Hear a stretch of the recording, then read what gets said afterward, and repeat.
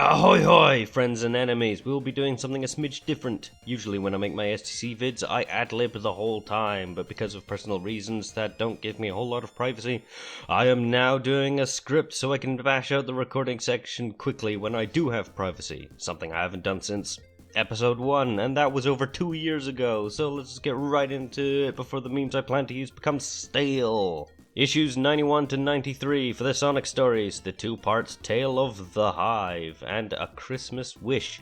Why do I never get the Christmas stories around Christmas time? Oh right, because every big event I do takes months to finish. For the B stories, it's not Knuckles this time, it's Captain Plunder in Shanghai. And since there's no Tails for a few issues, the Sonic's World stuff has been promoted to C story tier. Secret Weapon Part 2, Head in the Clouds, and another Christmas story, Season of Goodwill. Let's get to it. Alert! In the 88th issue, they printed the same page twice. This is fascinating, as it was omitted from the digitized scans I have. Now, all of the internet shall know their blunder, but I would prefer to have my scans be unmodified anyway.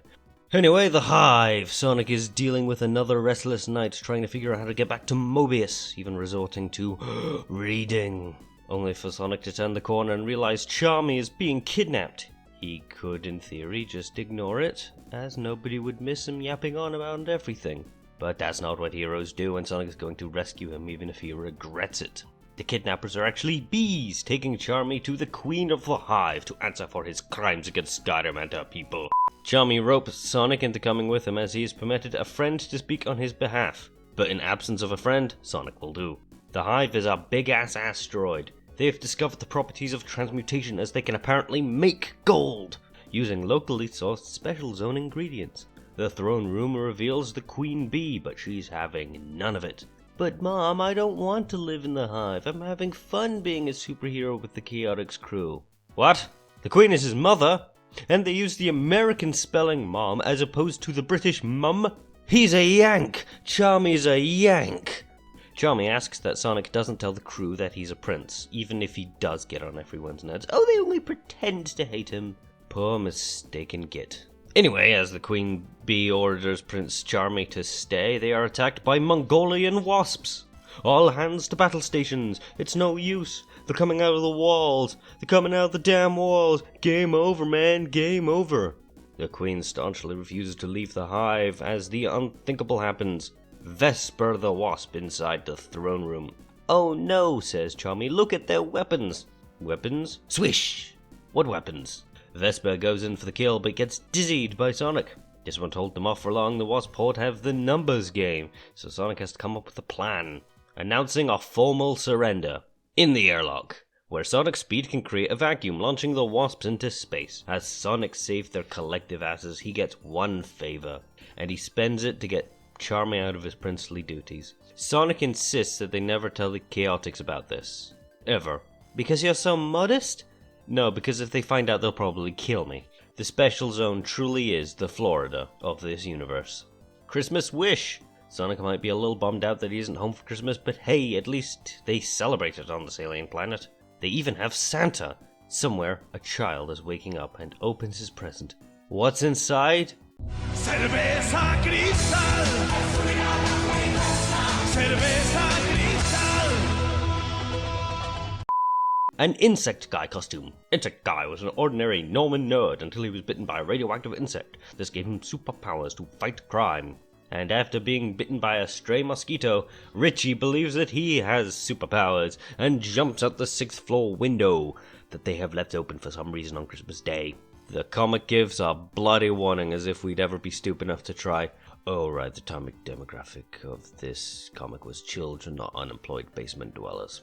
Oh well, Richie gets saved by becoming insect paste by Charmy, who says diddly far too much. Richie insists that he's a real tough superhero. He's, insect pup. Yeah, that'll get past the copyright laws. Beware, puny ones! This city will fall before the fiery might of the Blazer! Richie's arrogance compels him to take on 420 Blazet, and he gets saved from being smoked by Sonic el Hedgehogado. This one panel is all you need to understand Sonic's ego. He kicks up the snow and freezes out Flame Boy, allowing the Chaotix to Golgog him.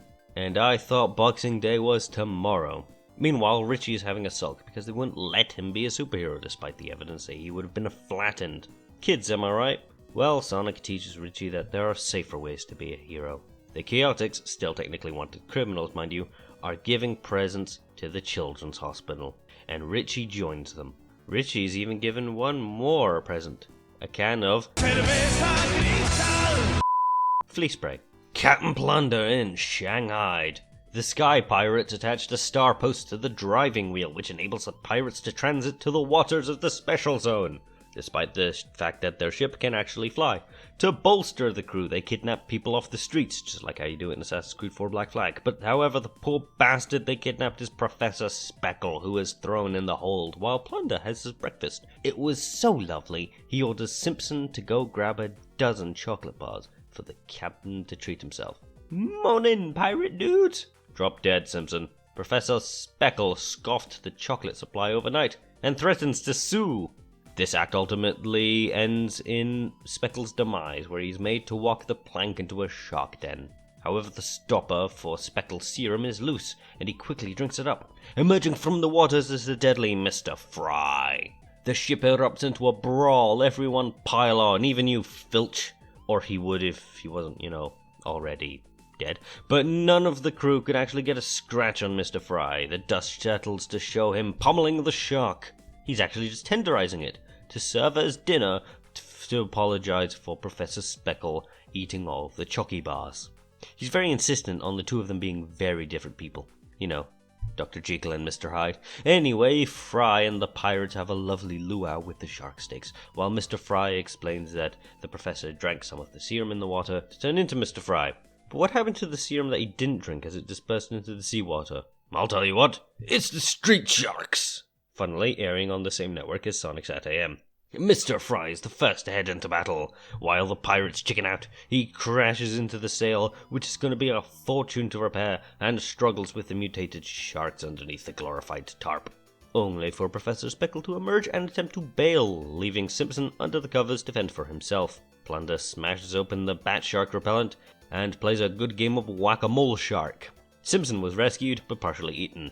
The sharks return to normal and are already tenderized for dinner, and Plunder celebrates by giving his crew some of his special rum truffles. And Speckle made off of them.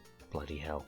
Okay, let's wrap things up. Not ad-libbing has made this script massive. Sonk's Whirl, Secret Weapon, Part 2. Between writing parts of the script, my slipper fell off while outside and now I have a wet sock. Anyway, Vermin the Cybernick is whooping ass. Shorty's weapons are no match for Vermin's, I misspelled it as Vernim, Vermin's slightly better weapons. Heck, he's even got anti-air attacks in the form of a robo-tail. The tail even pierces Short Fuse's armor and gives him a nasty shock, injecting a computer virus, leaving him unable to move. With Johnny Bo's staff in twain, that only leaves Amy Rose and a crossbow. In spite of, again, Vernim's taunts, that the crossbow will do bugger all. She doesn't aim for Vermin, but instead the gum tree sacks above him, the content inside causing his metal armor to corrode. Whatever happened to Megatal being indestructible? It's fruit juice, for Pete's sakes. Shorty requests that he be taken to a secret workshop in Emerald Hill, where Techno can run McAfee antivirus on him, for as long as until next issue. Next issue later, he's still not finished. In fact, it's almost 2 months ago, in a Robotnik-centric story. Angry and disposing of the bearer of bad news, he's just upset that Sonic is trapped off-world. It wasn't him who did it! And the people believe he will return someday. To remind them of the place, Robotnik commissions the construction of a giant rocket to order the planet with Robotnik's great visage, to remind the people that they are all under his reign. Estimated completion time, 6 months. Robotnik gives Grime a 2-month deadline. 2 months later, make rocket go now. Anyway, the rocket predictably crashes. Sabotage! Bellowed the Doctor. The report says that the short deadline, low budget, and lack of tests caused it to fail. But the official report will say it was sabotaged by Sonic's allies. After all, Robotnik never makes mistakes. Lastly, it is the season of goodwill. It's March. With Emerald Hill abandoned and Sonic off-world, the Freedom Fighters enjoy Christmas within the safety of Techno's secret lab. Shorty's not so convinced a day off is worth it, as Robotnik can be up to anything every day. Like, for instance, an orbital satellite weapon to destroy those having Christmas cheer without his permission. But most auspiciously, a blinding white light stops Robotnik from pushing the button. It's Father Christmas, a wonderful magic being who cannot be seen by heartless robots. And the Conservative Party. Robotnik hates Father Christmas, for naughty Ivo Robotnik used to be nice Ovi Kintobo. Uncle Crimbo gives Robotnik a chance to give a good deed for the holidays, destroy the orbital weapon, and be forgiven to the nice list. Robotnik refuses, as the satellite is a symbol of his power, only to turn on the view screen and find it being destroyed by short fuse. And because Robotnik didn't make the choice himself, no present for him. Instead, a warning. Continue the path he's on now, and the empire shall fall within mere months. Man, a lot of fortune tellers these days telling everyone the same thing. Robotnik doesn't have to give up on what he likes. He likes being evil, to be in power, to be feared, to be alone on Christmas Day. And on that note, Happy Easter from Scottish Drunkard Drunkman. Adios. Cerveza Cristo.